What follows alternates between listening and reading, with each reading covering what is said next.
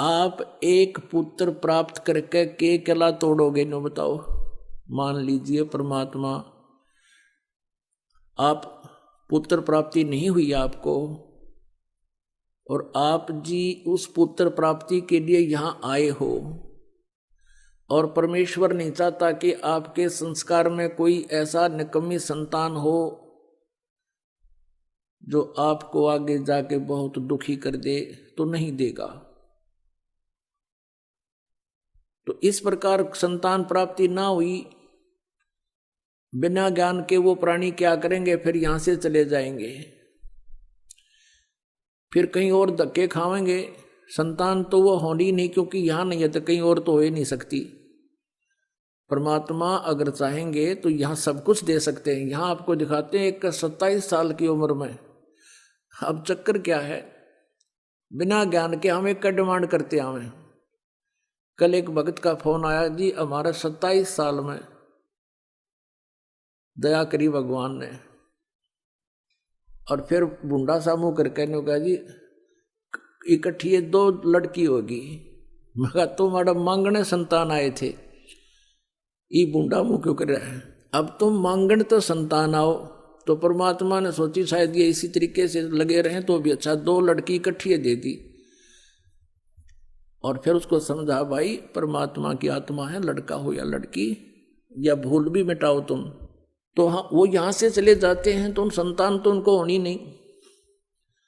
फिर क्या होता है, ये समाज काल प्रेरित होता है। उस बहन को कोई ना कोई पड़ोसन या कोई रिश्तेदार आकर के कहेगा कि बालक नहीं हुआ,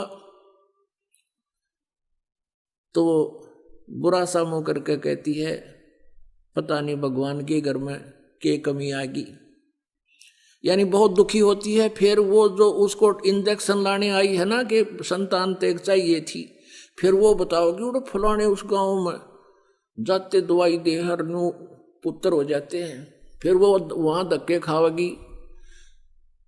तो पुण्यात्मा अंत में वो बहन मृत्यु को प्राप्त हो जाती है, संतान नहीं होती। इस काल के जाल को समझना। फिर वो क्या बनाता है ये काल, क्योंकि उसकी इच्छा यही होती है कि मेरे संतान होती, मेरी इज्जत हो जाती, इस तरह। फिर उसको क्या बनाता है ये काल, भगवान अगले जन्म में उसको कुतिया की योनि में भेज देता है, और फिर कहता है ले अब पूरी कसर काट ले अपने संतान उत्पन्न करने की। 8 एक के टाइम में जमेगी, और अगले जन्म में फिर सूरी बनावेगा, 12 कट्ठे उत्पन्न करेगी, ले छकले तू उत्पन्न करके। तो पुण्यात्माओं, परमात्मा के इस ज्ञान को समझना चाहिए। आधा संकट दूर हो जाएगा आपका, जो बेमतलब की टेंशन बनाए फिरते हैं यहाँ पर। परमात्मा कहते हैं क्या मांगो कुछ थिर ना रहाई, और देखत नैन चला जग जाई। 1 लख पूत 1.25 लाख नाती, उस रावण के आज दीवान बाती। 1 लाख पुत्र थे रावण का, लंकापति रावण, लंका का राजा रावण, और वो 1 लाख भी मर गए। आज उस रावण का कोई दीवा लगाने वाला शेष नहीं बचा। और यदि आप जी एक पुत्र ही प्राप्त करके और उसी उद्देश्य से सब कुछ मान रहे हो, तो ये आपकी तत्व ज्ञानहीनता और काल का प्रभाव जानो। फिर भी परमात्मा चाहेगा तो आपकी ये समस्या भी हल होगी। फिर क्या बताते हैं,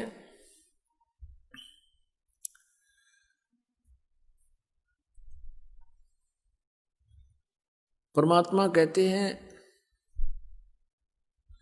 आवत संग ना कोई जात संगाती, क्या भया दर बांधे हाथी। अब राजा को बताते हैं, राजा लोग अपने किले के बाहर हाथियों की लाइन बांध लेते थे, सैकड़ों हाथी बांध कर रखते थे अपनी प्रभुता दिखाने के लिए कि कोई राजा का दूत घूम रहा हो और वो देख जाएगा कि उस राजा के पास तो सैकड़ों हाथी बाहर बंध रहे हैं, तो इतने हाथियों को अपने द्वार पर बांध कर हाथी राजा अपनी समर्थता का प्रतीक मानता था। अब परमात्मा उसको कहते हैं, रे बोले प्राणी, आवत संग ना कोई जात संगाती, क्या भया दर बांधे हाथी। दर माने द्वार पे। कहे कबीर अंत की बारी, हाथ झाड़ जैसे चला जुआरी।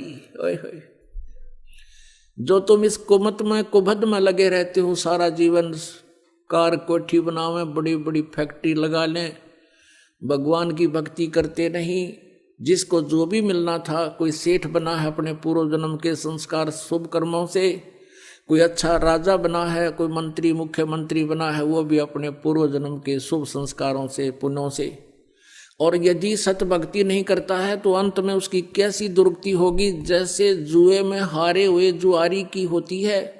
वो हाथ पीटता जाता है, अरे नाश हो गया, सब कुछ क्या लुट गया। कहते जैसे हाथ झाड़ कर चला जुआरी, कहे कबीर सुन अंत की बारी। अपनात्मा